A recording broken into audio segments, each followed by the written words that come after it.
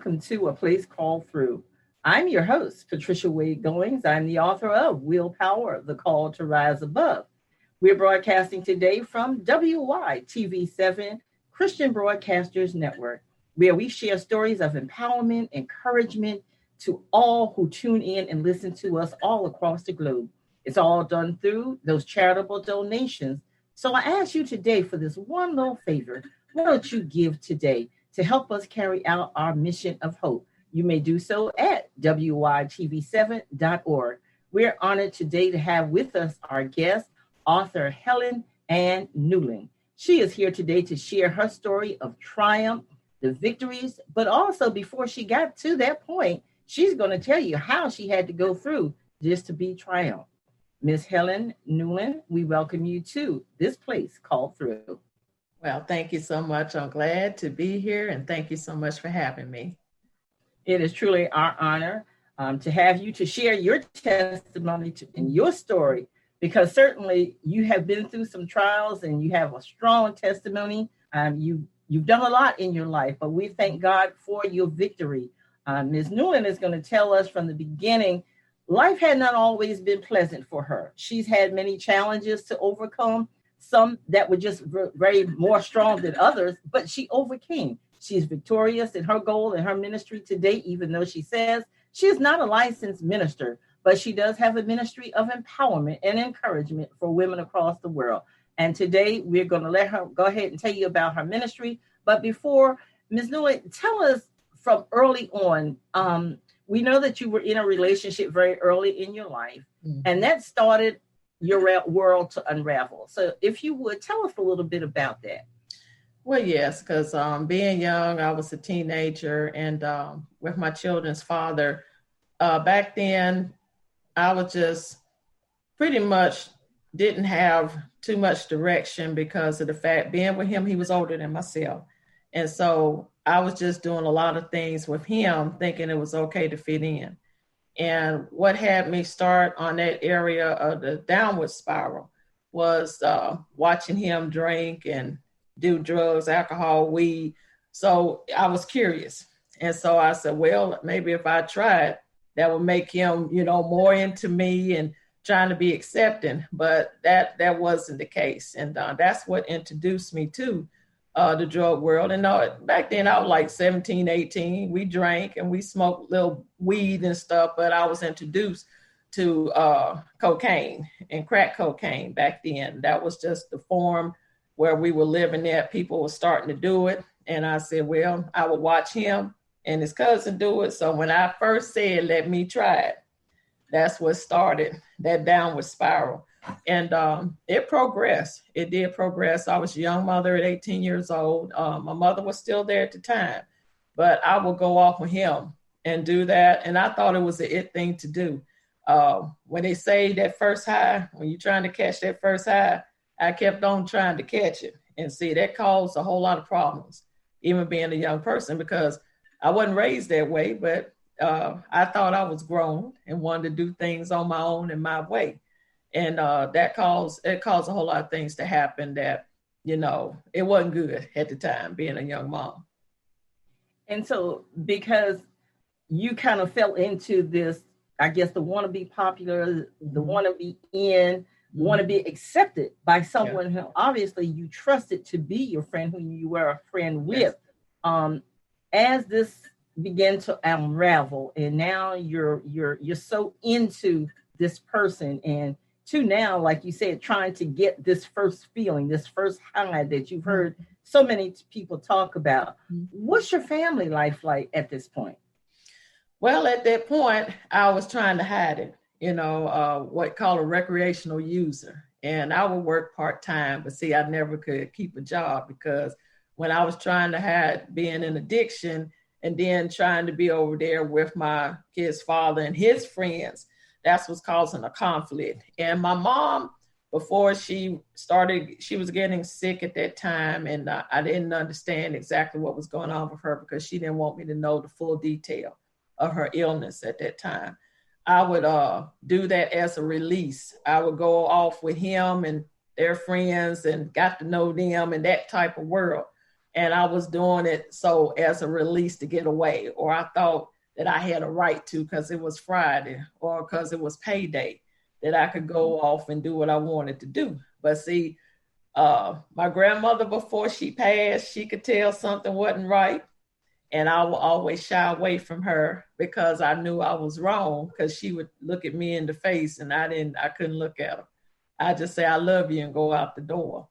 But that was like, I was trying to do a double life. And when I got home, my mom would be in there in the living room. She always would look at me, say, Helen, what you been doing? I said, I ain't been doing nothing. And I go in there, start eating and carrying on and rattling pots. And she knew something was wrong.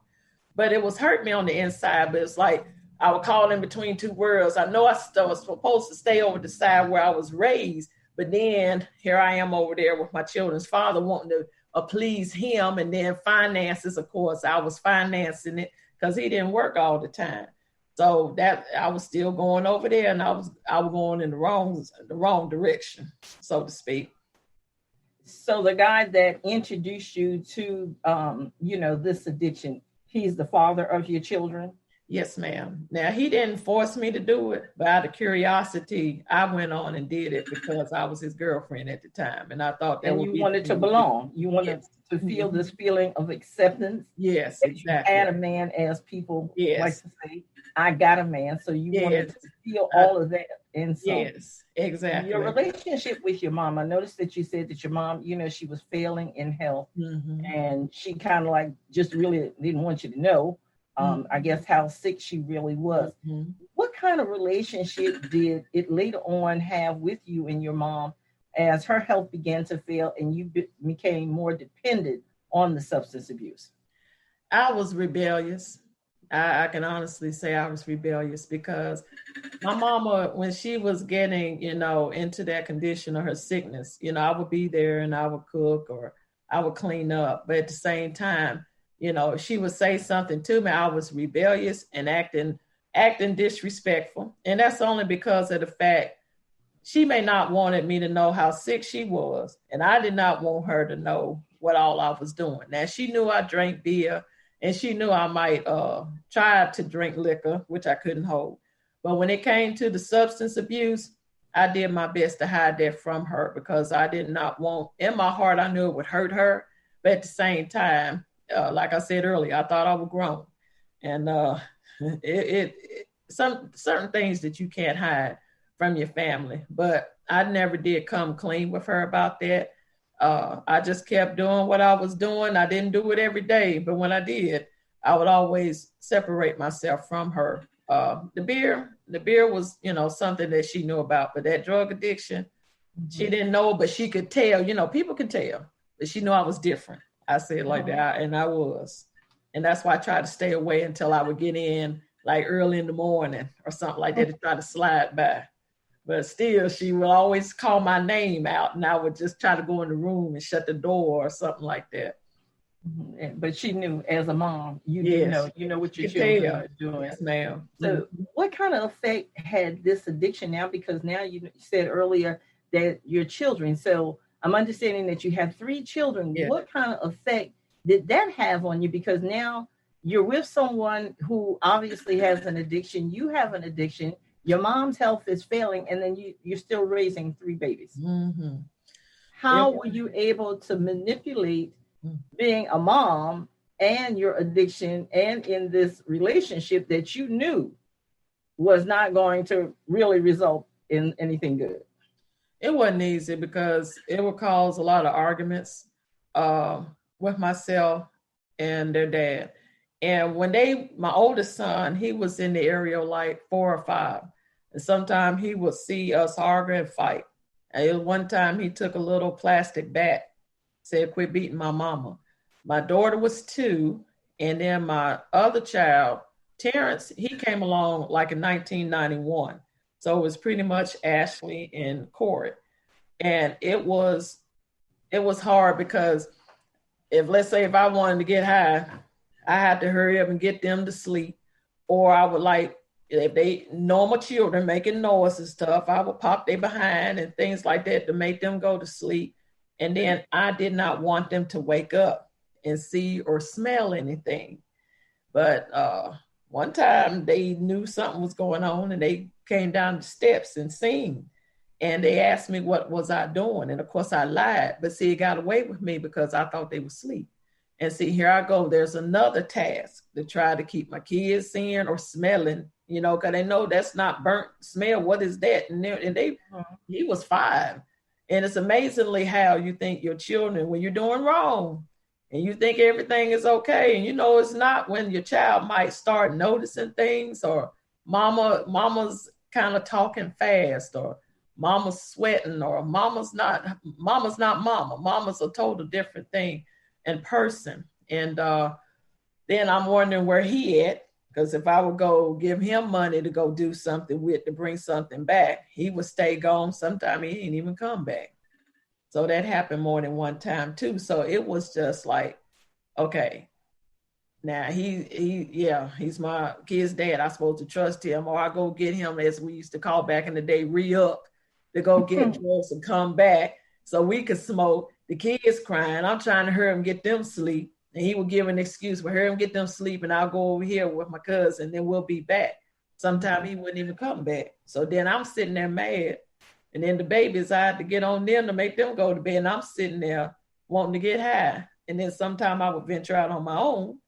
And that's another story, because that's by the grace of God. Because, you know, if you try to dart out somewhere and your kids asleep, even if it's in the same area where you live, you know, that's your children. And by the grace of God, nothing happened. But, you know, I'll just leave about 20 minutes and come back. And see, that was starting a more in-depth wrongness, because it started happening like that, because anyone could have probably came in, even though I said my doors is shut, but still, you know, that's when that addiction started talking to me, to go out here and do stuff. Then when he wouldn't sometime come back, and then we arguing at the end of the night because we don't have any money.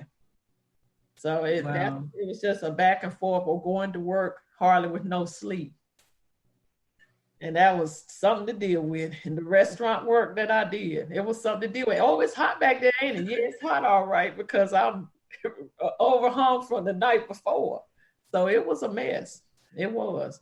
Ms. Newland, we're going to pause right now for a quick commercial. Okay. And then we're going to come back and talk to you some more when destiny calls, and when those chains come off. Again, we've been talking to Ms. Helen Ann Newland, who has a true story of how she overcame being abused in all forms, and how her family did not know, but until later, the truth came out, and only then she's following now her destiny in her calling. Stay tuned with us here at A Place Called Through on WYTV7 Christian Broadcasters Network.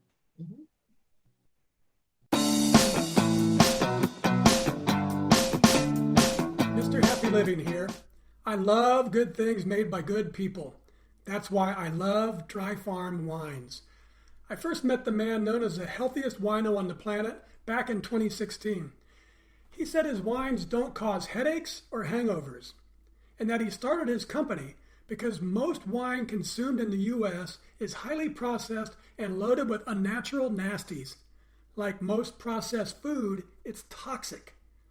That very night, I made a big health decision. Toxic wines out, natural wines in. It's been 4 years since I made the switch, and I feel great. Go to happyliving.com and select Partners in Happy to get your first bottle of natural wine for a penny. And I'll donate 8% of every order placed during the entire month of November to WITV7. Share the gift of natural wine and pour some love this holiday season.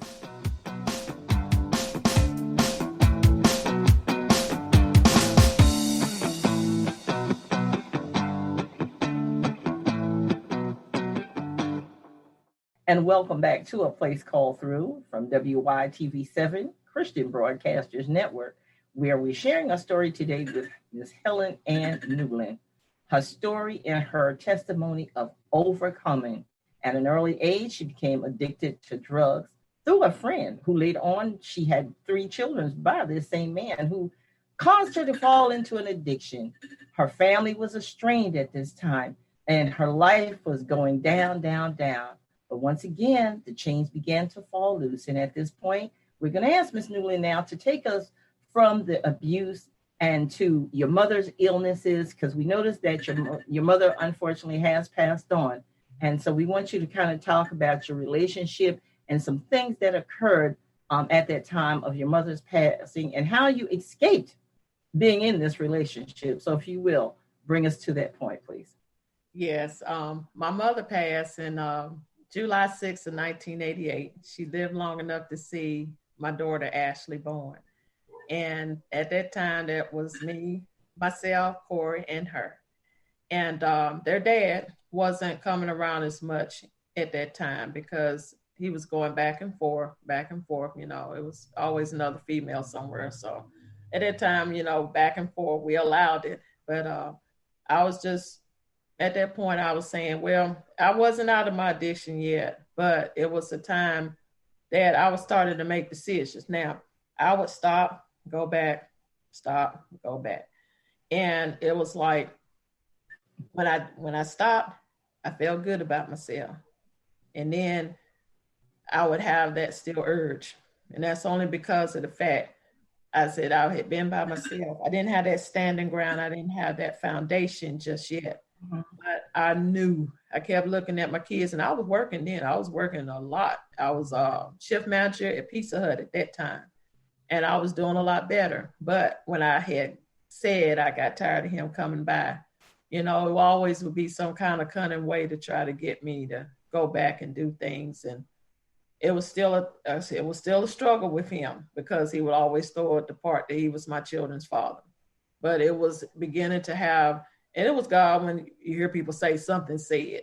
And I knew that was the Lord talking to me then. And it still took till after Terrence was born, because he was born in 91. And I was, you know, Mama had passed. And then my grandmother, I was with her for a while. And my grandfather, he had passed like a year before that. And I was living with her. Now, I wasn't too much into the addiction then, but I had to, I respected Mama too, but it was because I was around their dad that I did a lot of disrespectful things. But after she passed, I started living with my grandmother, and that respect for her, but I was 1 foot in, 1 foot out, and I still go back a little bit, but not like I did when I was with their dad. But that's when I always would have her and hear her praying and humming through that house. And as a little girl, she and my mama always taught me, and my granddad always taught me about the Lord. So I was still getting those seeds put into me after I was grown. And the final straw, after those times that I would get these good jobs and go back, I just didn't have that foundation. And it was like I was taught it, but it had to become truly real into me, not just read words from the Word of God. I had to have that securely into my heart and to know that I can make it and to break those chains. So when I did get arrested a couple of times in the restaurants that I worked in, because it was just that same thing. I would do good for a while. And then it would be always something or someone to pull me back, because when you're in the addiction world, it's always people that have that same kind of language or look. And I was doing good, and then I see someone, I said, well, I know I don't need to do it. And I would ask, and see, that was the issue with me. I would ask, or we would say words like, you know, anything, and people caught on to that. But when that final time, and when I was a manager, and I'm freely to say it, I was a manager of a restaurant, cookout, and I heard him. He said, Helen, don't you take that money.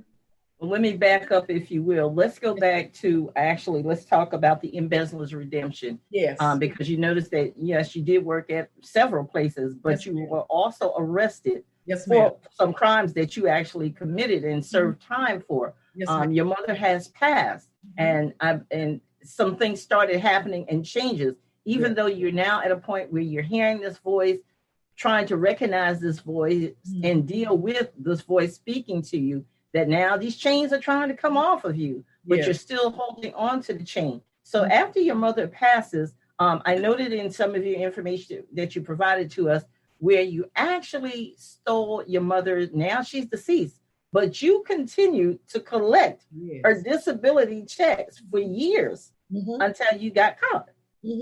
How were you able to collect, deceased individuals' money for so long? And when the arrest occurred, the devastation that it had to have, I'm sure, on your family was horrific, because at this point here, your children were where? Who was caring for your children? So talk to us about that, the embezzlement, because you also mentioned earlier too that you were a manager at a restaurant, and I know that also that you've worked at several other restaurants where taking the money was a way to support yourself and still yet this addiction. So if you would talk to us about this embezzlement and the redemption.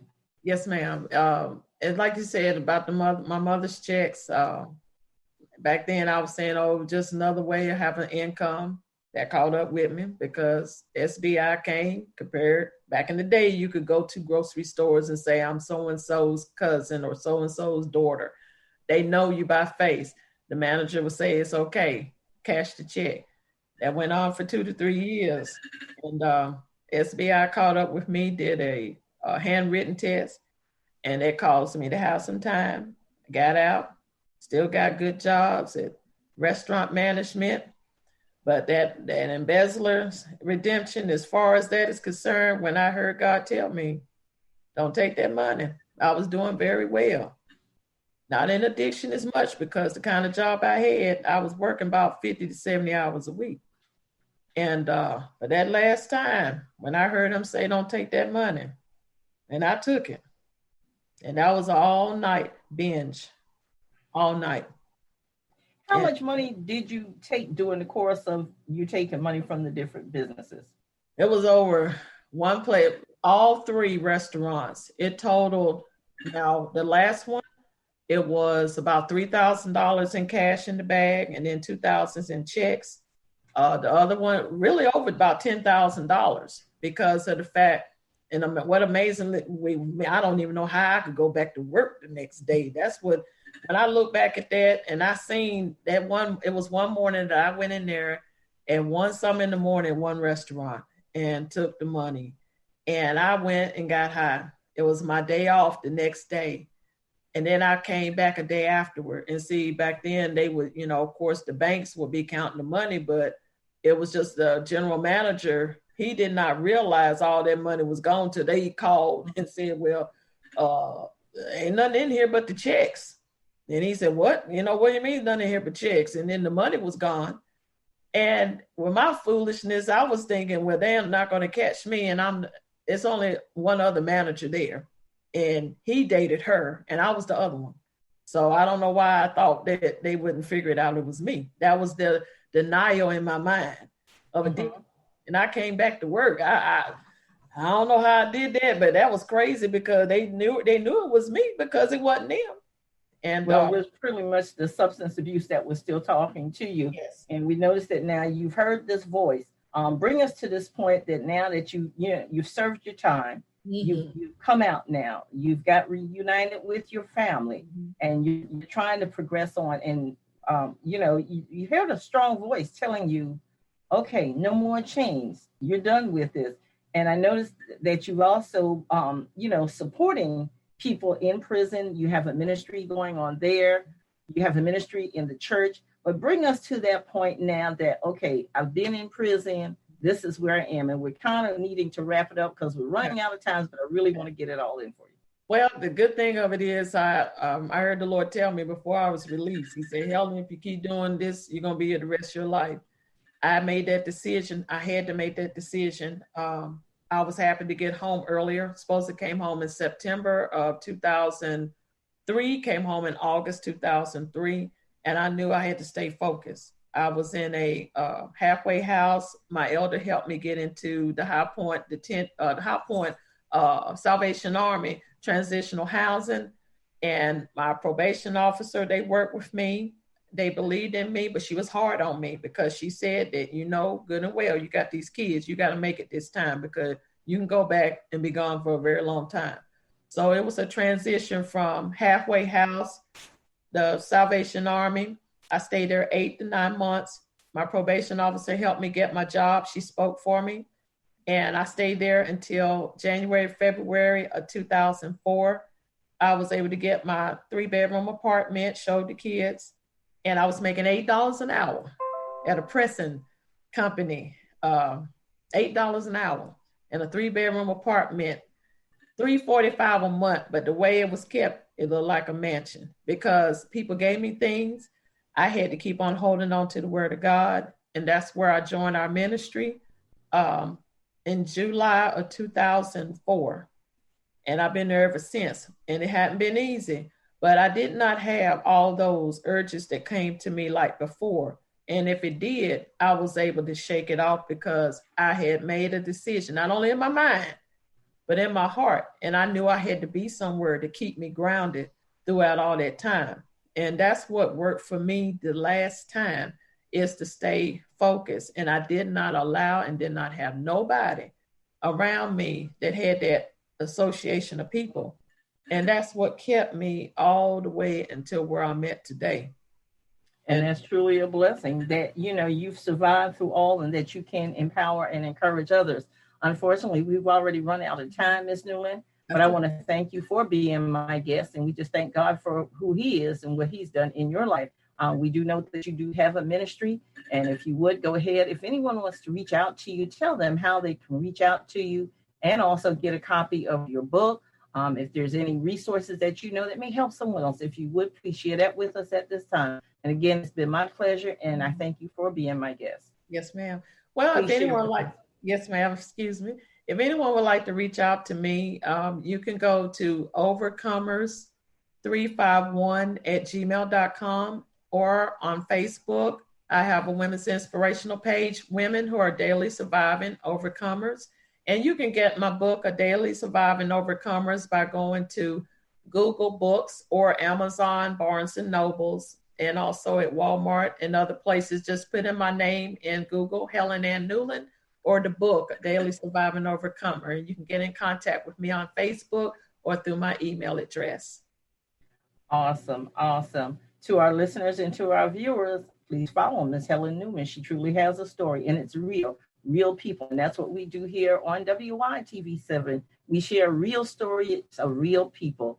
God bless you. We're wishing you the very best. Again, I thank you for coming today at A Place Called Through. I've been your host, Patricia Wade Goings, and we're broadcasting from WYTV7 Christian Broadcasters Network. Remember that one favor, if you will, to help us continue our mission of hope, please make your donation and do so at WYTV7.org. Again, I am your host of A Place Called Through, Patricia Wade Goings. And if you'd like to be my guest, you may call me at area code of 843-608-9744 by email at pgoingswp@gmail.com. You can follow me also on Facebook at A Place Called Through, at Willpower, the Call to Rise Above. I am the author of Willpower, the Call to Rise Above, and that book is now available to you on Amazon.